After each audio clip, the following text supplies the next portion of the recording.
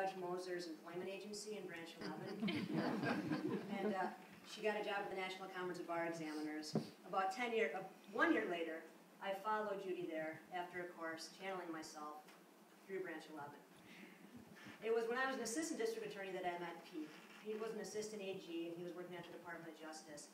He was trying a case in Dane County Court, and he was on the steps of the courthouse, and he was sort of in a corner, crouched over. And I looked over, and I realized he was smoking.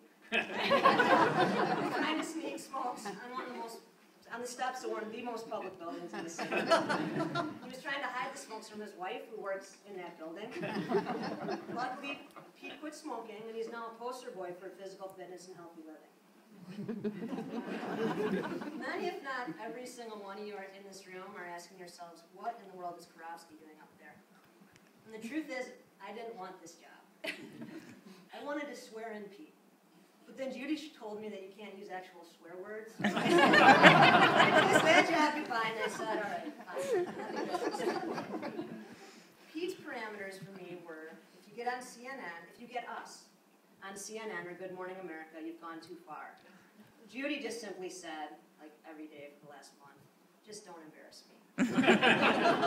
I can only imagine, you all three have all heard those words before, haven't you?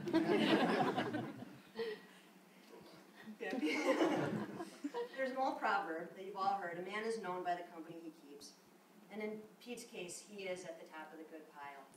Pete is married to one of the very best people any of us will ever meet. Judy Gunderson is intelligent, and she's funny, and she's warm. And I'm going to tell all of you today, she is one of the best friends a girl can have.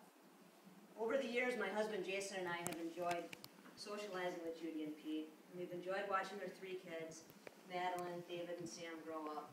From these 3 little blonde kids, and I saw John Kaiser walk in here. Anyone who worked in the DA's office back when Madeline and David and Sam were little remember these 3 little kids following Judy around the office when she came in every Friday to get her paycheck and then ran to the bank.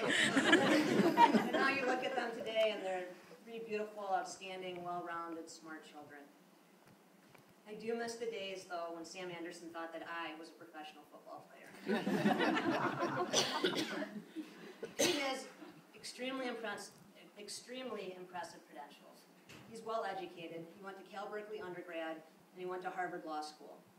He also attended North Idaho College. You may recall from the 2008 presidential election that Sarah Palin also attended. That's right. Pete is the one guy in America who has the distinction of sharing an alma mater with both Barack Obama and Sarah Palin.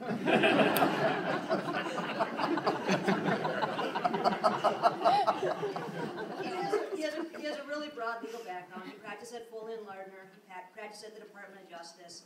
He was also an administrative court judge. And he's appeared in front of the United States Supreme Court on 2 occasions.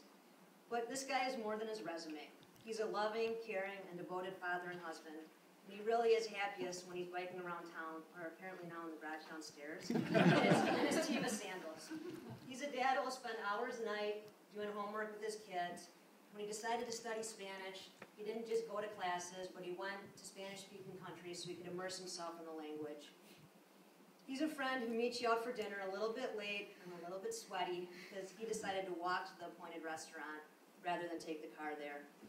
And last summer, Pete spent an entire afternoon playing Fireboat Rescue with my little 4-year-old Danny. Pete knows what's important in life and what isn't. He is one of the most down-to-earth people I have ever met, and his practical and realistic views of the world are what is going to make him a great judge. I was watching the Sonia Sotomayor confirmation hearings last month, just a little bit ago, not too much. And she kept saying to the senators over and over again, a judge's job is to take the facts of a case and apply the law and do as the law commands. And I was thinking that for a trial court judge, that is true, but a trial court judge has an extra layer of responsibility. A trial court judge is stationed in the courtroom with jurors and with victims and with defendants and with plaintiffs. And they need to also ensure that everyone who is in a courtroom is treated with compassion and kindness and respect. And the importance of that part of the job is just as important as being able to apply the law to the facts of the case. Because let's face it, most people who walk through those metal detectors are not doing it because they want to be here. They're here because they're summoned in to be a juror, or they're subpoenaed to testify in a case, or they're a criminal defendant, or they're a victim, or their marriage has dissolved, or their company's been sued, or they've been injured in an accident. And the incidents that bring people into the courtroom almost always disrupt their lives, and in many cases can be completely life-altering. The parties come to court as a last resort, when every other avenue of dispute resolution has failed. And for most of the people who come here, the court system is very intimidating, confusing, and time-consuming. But because trial court judges are stationed in the courtroom, they can ease some of the angst caused by the judicial process. 4 things belong to a judge: to hear courteously, to answer wisely, to consider soberly, and to decide impartially. That was Socrates, by the way, Pete. I thought I'd rhyme and erase the intellectual barrier. Pete Anderson, that's impressive. Pete Anderson is a wonderful selection as a Dane County judge because he will have no problem applying the laws to the facts of the case, and he will treat all those in his courtroom with dignity and with respect. Pete has a big brain and a warm heart. He also has courage and ruby red slippers, but I'm going to save that for him. So Pete, on this wonderful day, in front of your beautiful family and your friends and the dignitaries and members of the community at large, I want to say to you, buena suerte, mi amigo.